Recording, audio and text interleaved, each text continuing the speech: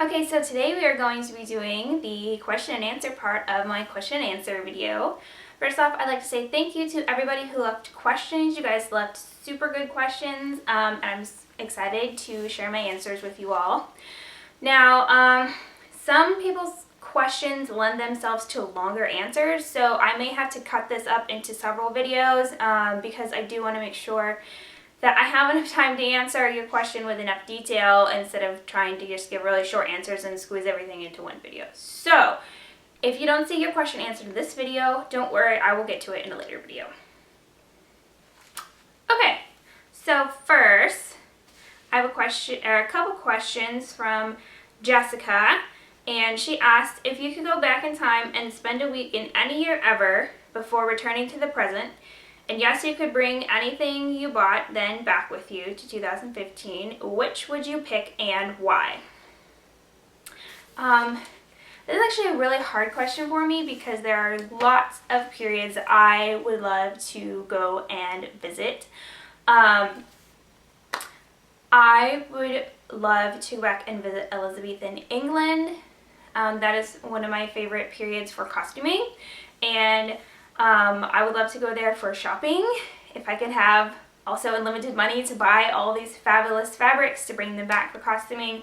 One of the difficulties about costuming in an era that's so far back is a lot of the kinds of fabrics just are not made today. Or if they are like hundreds of dollars a yard, so I'm never going to be able to afford them. The other time period that I would really love to visit, I would like to come back during either 1939 or 1940. Those are my two favorite years for fashion. Kind of what the end of the 30s, where we were starting to transition into more of the 40s look, but before World War II really got started in the US and we had all this rationing and stuff going on. There are just some fabulously gorgeous fashions, and the hats, oh my goodness. Yes, I would just buy all the hats, all the clothes, all the stuff, and bring that back with me. Her next question is, what are some of the most rewarding things that you've had happen in your life thanks to your love of vintage? And I think definitely the most rewarding things have been the friends that I've made and the people that I've gotten to meet in real life. I have gotten the opportunity to meet some of my blogging friends in real life. And so that's been super awesome, especially all the people that I've met at costume college when I got to go visit, and it's just been super awesome getting to know people and getting to kind of see the real person behind the blog, and that's been super awesome. Brooke asks, what do you do for a living? Okay, now I've been blogging since 2010, so I'm going to start there and work my way up to now to kind of answer that question. So when I started my blog in 2010, I was an undergraduate student working on my bachelor's in biochemistry at a school up in Ohio. And then I graduated from there in 2011, and then I went to graduate school at the same college to get my master's in chemistry. And so I did that up until I graduated December of 2013. So for a large portion of my blog, I was a student. If you're a student and you want to get into vintage fashion, do it now. You have so much freedom, you have no idea. Do it now, okay? That's all I have to say about that.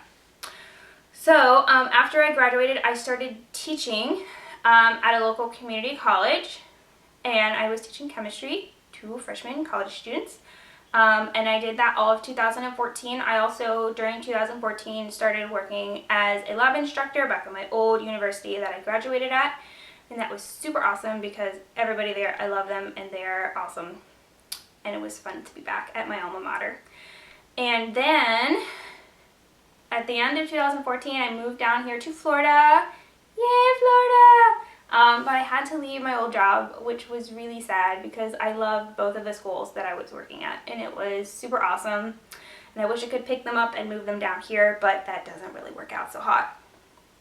And then I was teaching at a school down here for a semester, and I actually decided not to go back there at the end of the spring semester.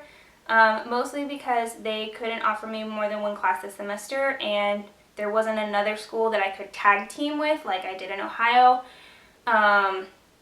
So cry, I'm not a teacher anymore. And right now I'm actually between occupational opportunities. So I am being a housewife for right now and looking for an outside of the home job, and I don't know what that's going to be. So yeah, that is my long explanation of what I do for a living. Piper also asks, have you ever considered doing science lesson videos for older kids? I think there'd be a huge audience for it, and you are a natural in front of the camera. Well, thank you, Piper. I have actually not considered doing any science videos yet. For those of you guys who don't know, my background is in chemistry, and I have been a chemistry professor for a while, and I have used videos in my classes. I haven't really had the time or the energy to really pursue a separate YouTube channel with its own videos, but I do love chemistry, and I'm a super... Where do you find the fab vintage photos you post? I find most of the pictures that I post on Pinterest. Pinterest is an awesome website for finding great inspirational images. The biggest problem with Pinterest is sometimes it's very difficult to track down an original source. It'll either lead back to a Tumblr or a blog post or something that somebody just uploaded. So that can be difficult. I do try to make sure that if I'm posting a picture of like a modern person, like another blogger or something, that I at least try and find the blog that they came from and link back to that. That tends to be easier to find than some of the older like pictures, let's say, that were actually taken during the 40s and 50s. Trying to find out who those images belong to can be very difficult. Okay, Scott and Amy asks, would you consider doing another sew-along, basics with a vintage pattern or a knitting sew-along? I missed the first one you did. I have vintage patterns, but I'm afraid of messing them up. I would love to host another sew-along. The last one I did was the vintage playsuit sew-along, and that was super fun. We did that last spring of 2014 in kind of May and June.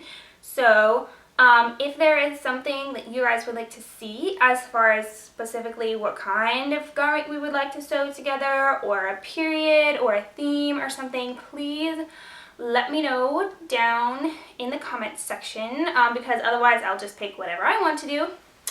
But yeah, we should totally do another sew-along. Let me know. Alright, Vlog Mom asks, I just found your blog and was wondering if you live the vintage lifestyle. I heard about Time Warp Wives and am very interested in living the 50s lifestyle. Okay, so first I want to say that I have not seen the Time Warp Wives show, but I have heard of it, so I kind of have a little bit of an idea of what you mean by the vintage lifestyle, so I'll kind of cover it in different chunks. Okay, the first chunk will start out with my house. I do not live in a vintage house. My house is not decorated vintage. I have been renting since I got married, so I do not actually own the place that I live, so that makes it more difficult to kind of vintageify your house. I would love to live in a vintage house with all the original decor and stuff, but that has not been a possibility. And the other thing is my husband is not as big of a fan of the vintage style decor as I am, and so when you're married you have to compromise on things, and so no, I do not have that kind of perfect vintage house. I do have a couple pieces of vintage furniture. I have two vintage kitchen tables. One of them I actually use as my kitchen table. The other one is used as my sewing table. And then also I have my dressing table, which is a gift from my mother-in-law, and it is also vintage. But that's about all the vintage furniture that I have. As far as some of the other aspects of the vintage lifestyle, I do dress vintage a lot. Not every single day, but I will go through periods where I wear it every single day, and then I'll go through periods where I won't wear it for a while. It just really depends on my mood and what's going on in my life, and whether or not my vintage garments are really appropriate to that. And I do love my modern conveniences, like my smartphone and my iPad and my laptop. So I'm sorry, but you cannot have those. I'm going to keep them. Shantae asks, do you sell vintage or vintage-inspired items? If so, then what are some tips and tricks you may have? I do not personally make anything to sell. The things that I have sold off pieces of my wardrobe, either vintage. Excuse me. I have sold off pieces of my wardrobe, either vintage or things that I have made. But that was kind of on I'm just trying to clean out my closet, and I'd rather try and sell it than just give everything to Goodwill. And I've done that on my blog. And I have sewn for other people on commission. But I don't usually do a lot of that because people don't like to pay what it costs to get a handmade garment from someone. So as far as what I have seen other people do that have been successful are things like having an Etsy store, also going to local vintage craft bazaars and fairs where you can set up your booth and sell your merchandising. I think definitely having some kind of online presence like a blog is really helpful to help you connect with your consumer base and get them engaged and to like you. And so one of the things I think, especially for if you're trying to sell online, is to get that following and to get that loyalty base where people are going to be coming back to you again and again and again. Part of that's going to be your product, whatever you're making, and part of that is going to be you and your personality and how you sell that online.